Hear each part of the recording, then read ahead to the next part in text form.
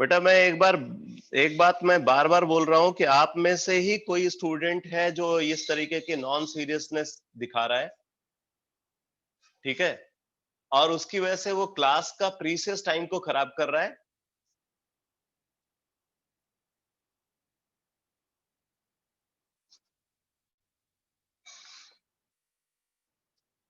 तो ये चीज क्लियर हो गई। इथाइलिडीन कब यूज करेंगे और ये इथाइलीन कब यूज करेंगे? जेम डाइहैलाइड है, जेम डाइहैलाइड के लिए ये यूज करेंगे, जेम डाइहैलाइड के लिए ये यूज किया जाएगा, और विस डाइहैलाइड के लिए ये यूज किया जाएगा।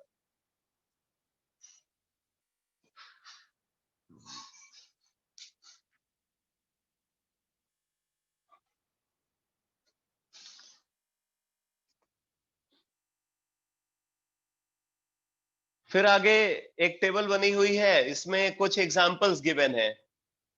बोल रहा है कि some common examples of halo compounds are mentioned in table 10.1।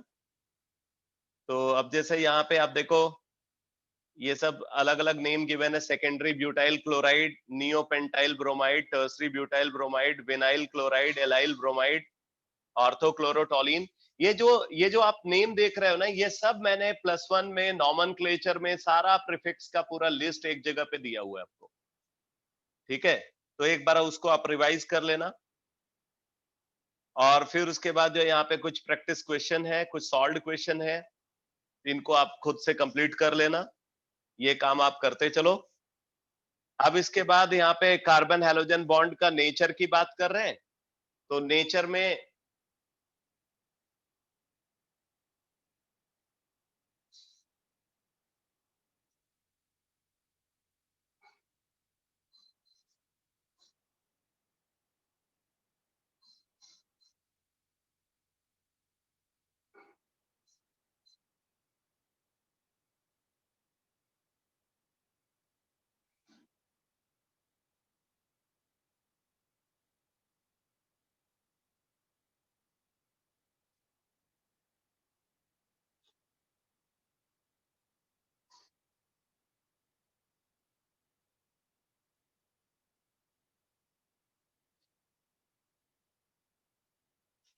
अभी बताता हूं हरामखोर,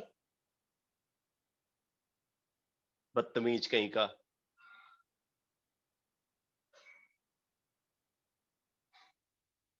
नालायक।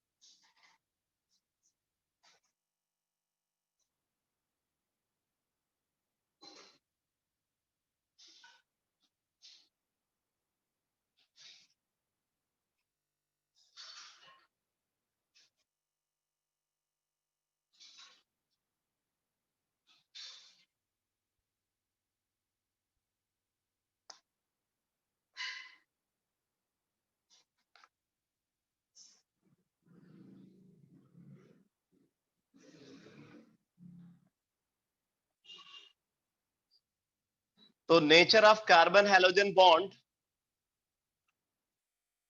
में देखो यहाँ पे क्या लिखा हुआ, since halogen atoms are more electronegative than carbon, the carbon halogen bond of alkyl halide is polarised. The carbon atom bears a partial positive charge, whereas the halogen atom bears a partial negative charge. since the size of halogen atom increases as we go down the group. In the periodic table, fluorine atom is the smallest and iodine atom is the largest. Consequently, the carbon halogen bond length also increases from CF to Ci. Some typical bond lengths, bond enthalpies and dipole moments are given in table 10.2.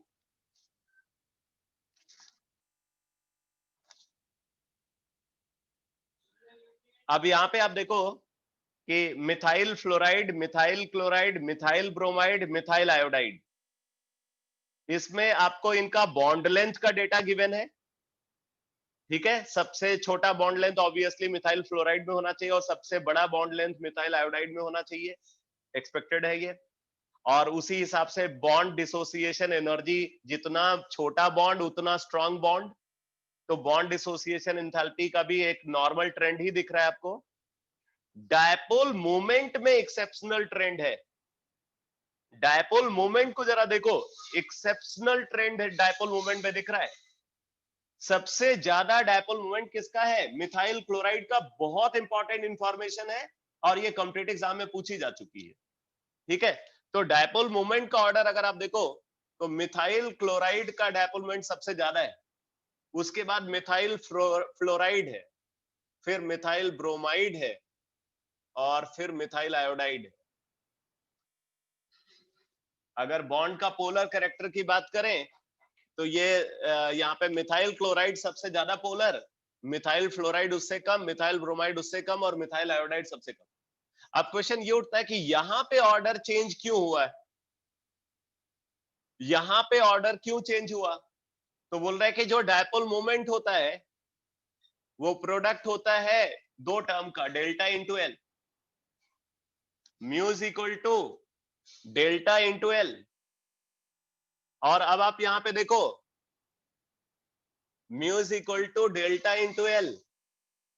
तो अगर आप यहां पे delta को देखो तो delta जो है ये इलेक्ट्रोनेगेटिविटी डिपेंडेंट टर्म है, इलेक्ट्रोनेगेटिविटी डिपेंडेंट टर्म है।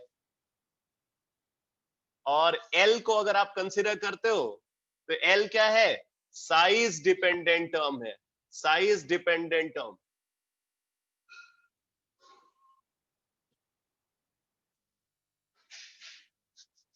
डेल्टा यहां पे इलेक्ट्रोनेगेटिविटी डिपेंडेंट टर्म है और एल यहां पे क्या है? साइज डिपेंडेंट टर्म है।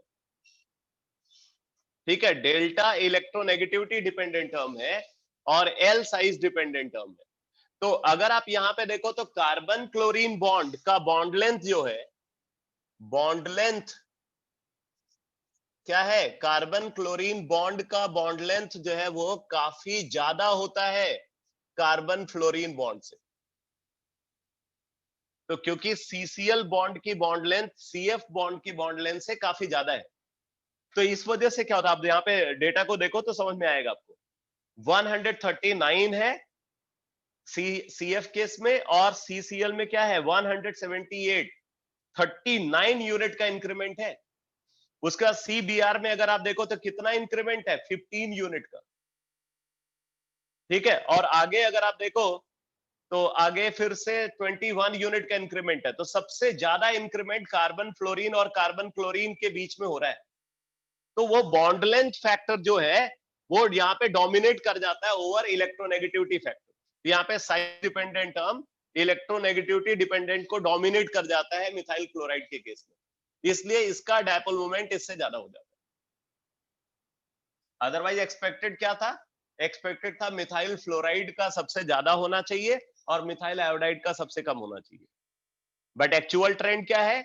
मिथाइल क्लोराइड का डायपोल मोमेंट मिथाइल फ्लोराइड से ज्यादा है, इस वजह से।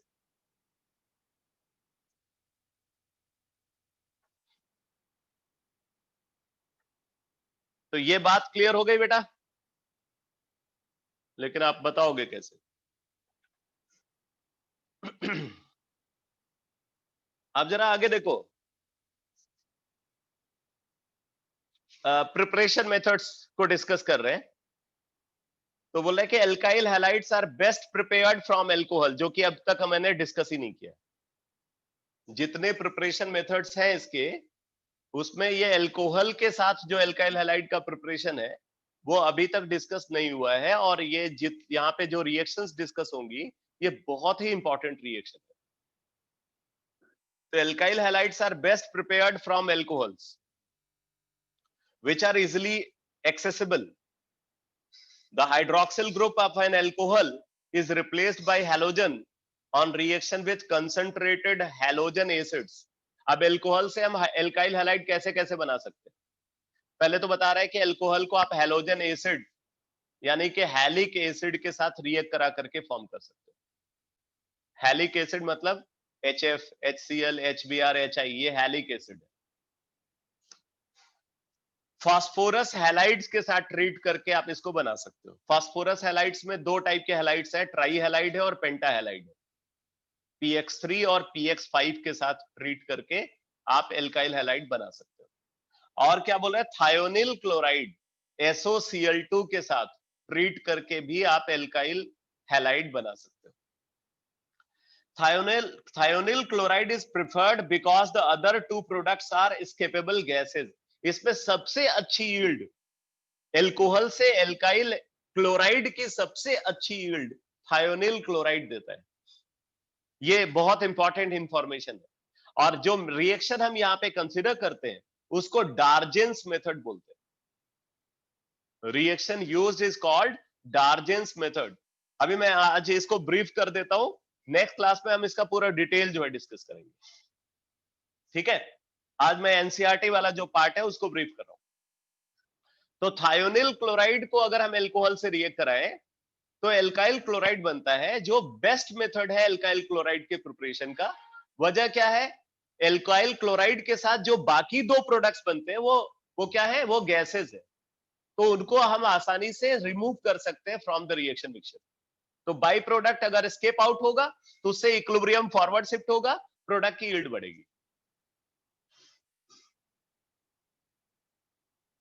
Hence the reaction gives pure alkyl halide. तो यहाँ पे प्योर एल्काइल हैलाइड का फॉर्मेशन होता है। Phosphorus tribromide and triiodide are usually generated in situation INSITU लिखा हुआ है, produced in the reaction mixture.